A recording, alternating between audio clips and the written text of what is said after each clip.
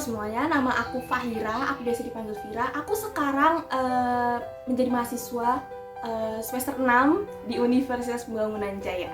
Jadi anak saya itu yang tadinya dia penderita kanker bisa tumbuh seperti teman-teman sebayanya. Dia nggak minder, dia aktif. Kita selalu bilang, kakak harus aktif baik di sekolah maupun kuliah ya.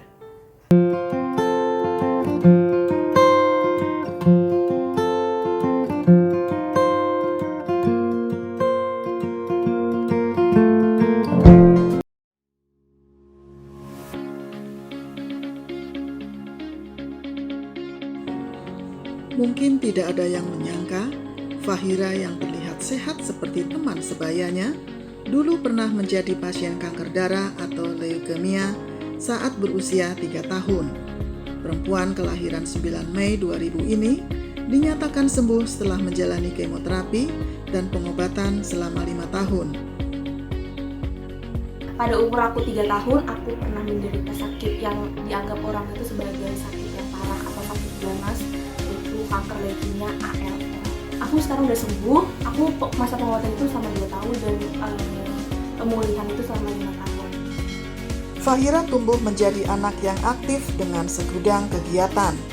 Selain di kampus, anak sulung pasangan Heru Prasetyo dan Dian Wijayanti ini juga aktif sebagai penyintas kanker di Yayasan Onkologi Anak Indonesia. Ia bergabung di usia dini, tak lama setelah dinyatakan sembuh dari leukemia pada tahun 2008. Namun ia baru aktif menjalankan kegiatan sosialisasi dan juga mengunjungi pasien kanker saat duduk di bangku SMP. Wah, keren banget ya Vira. Mendengar penjelasan dokter bahwa anak sulungnya terindikasi leukemia, tentu saja membuat pasangan Heru Prasetyo dan Dian Wijayanti limbung. Harapannya untuk membesarkan Fahira yang kala itu masih berusia 3 tahun seperti pupus. Hal terburuk yang akan menimpa putrinya sudah terbayang di depan mata.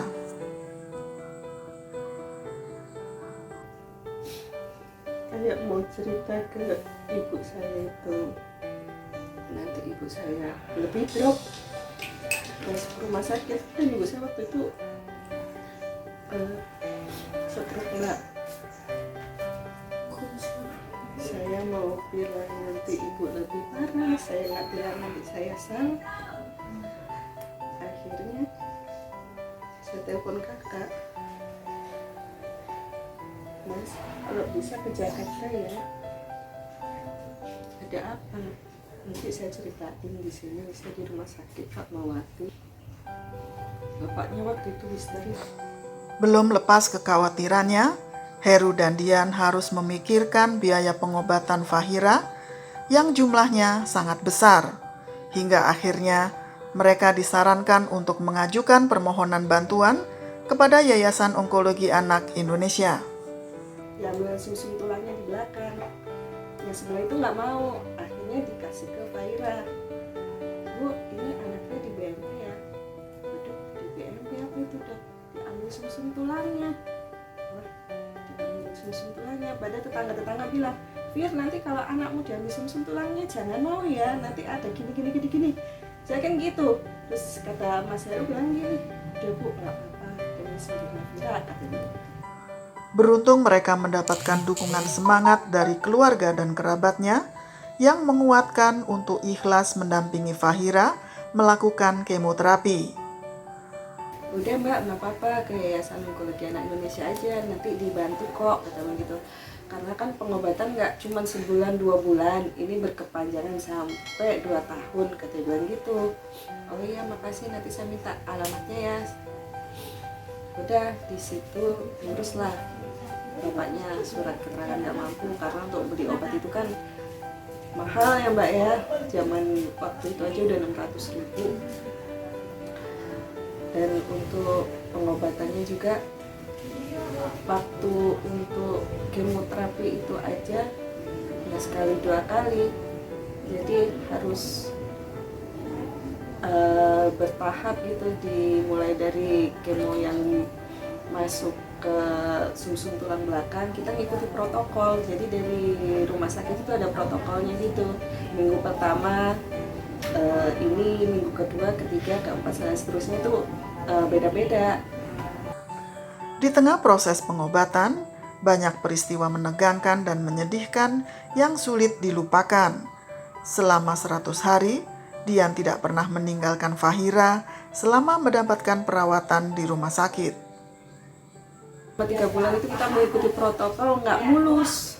Jadi ada virus sariawan dikit, 1 aja itu nggak boleh masuk obat.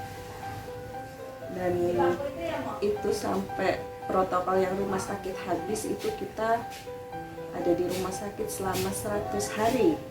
Dan 100 hari itu saya sama sekali nggak pulang. Yang lebih minusnya lagi, Mbak, waktu kemo kan sebenarnya nggak boleh bangun. Kemo itu kalau di Fatmawati itu nggak ada rawat inap. Jadi jam 10 kemoterapi, jam 2 apa jam 3 itu udah harus pulang. Jadi pas itu Mas Heru kan kerjanya di Bekasi. Jadi saya nganterin sendiri sama Vira berdua. Habis kemo kita pulang naik angkot. Di angkot itu Vira muntah-muntah, saya nggak prepare kresek. Jadi di topinya itu saya ini ayo Vira muntah di sini aja ya, gue nggak bawa kresek. Ya Allah, itu sungguh perjuangan yang sangat luar biasa.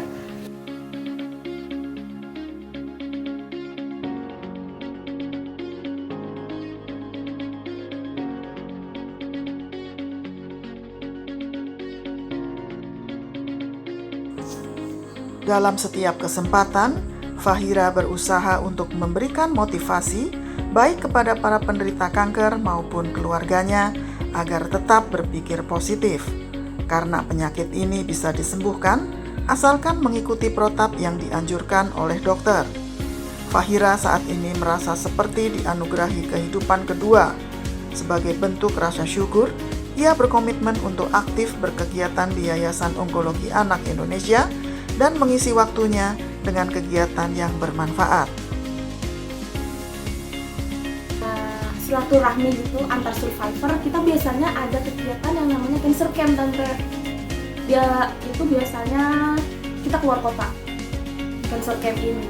Cuman kalau lagi pandemi ini kita nggak ada, jadi kayak ketemuan suka chattingan aja gitu di grup. Soalnya kami juga punya grup bareng-bareng anak survivor, dan survivor itu nggak cuma di Jakarta atau Pulau Jawa gitu, nggak cuma di tanah Jawa aja. Kita teman-teman dari Manado, dari Pontianak, dari Padang, yang dimana kita berkumpul untuk kayak sharing. Lu dulu sakit apa sih? Kenapa bisa sembuh? Apa sih yang bikin lu sembuh? Kayak gitu sih. Salah satunya di Cancer Buster Community, yang dimana kita ini anggotanya itu para survivor cancer atau para penyintas kanker, mantan penyintas kanker. Aku ikut itu karena aku pengen menginfluensi kepada masyarakat. Kalau misalkan ada keluarganya atau kerabat dekatnya yang kena kanker, lo harus percaya kalau kanker itu bisa disembuhkan. Oh, aku ada salah satu anak namanya Artika, cuman aku agak lupa gitu dia sakit kansernya apa ya. Dia itu pas pertama kali, aku 2 kali ketemu dia. Pas pertama kali ketemu dia masih seperti orang sakit biasa, masih bisa dilihat itu kayak masih bisa dia anak sembuh gitu. Soalnya badannya masih kayak berisi, terus rambutnya juga masih ada. Tapi ketika aku ketemu yang kedua kali, visit yang kedua kali, dia udah membengkak badannya, dia udah kemo juga kan, jadi rambutnya rontok kayak gitu. Terus aku selalu bertanya-tanya, Artika, namanya Artika, Tante. Artika, kamu pasti bisa sih sembuh kayak aku. Yakin, percaya sama Tuhan kalau kamu bisa sembuh kayak aku. Aku ngomong kayak gitu. Setelah aku ngomong kayak gitu, aku lupa beberapa bulan kemudian ya. Buat teman-teman yang kerabat dekatnya atau keluarganya itu yang mempunyai penyakit kanker, kalian jangan pernah patahkan semangat mereka bahwa kanker itu tidak bisa sembuhkan. Itu kalian salah besar. Salah besar, buktinya di sini. Saya kena kanker tapi saya sembuh sampai umur 20 tahun sekarang. Nah, untuk teman-teman yang mempunyai keluarga kerabat dekatnya yang punya penyakit itu, kalian jangan pernah patahin semangat mereka, karena sekali lagi kanker itu bisa disembuhkan walaupun kalian menganggap kanker itu ganas. Kanker itu bisa disembuhkan ketika pertolongan pertama itu langsung kepada ahlinya atau kepada dokter. Jangan pernah, aku saranin jangan pernah langsung bawa ke herbal, langsung aja bawa ke dokter karena dokter punya data tervalid untuk segala penyakit. Terima kasih telah menyaksikan video ini. Jangan lupa subscribe, like, komen, dan share agar pesan positif dari tayangan ini sampai kepada lebih banyak orang. Sampai jumpa di video kami berikutnya.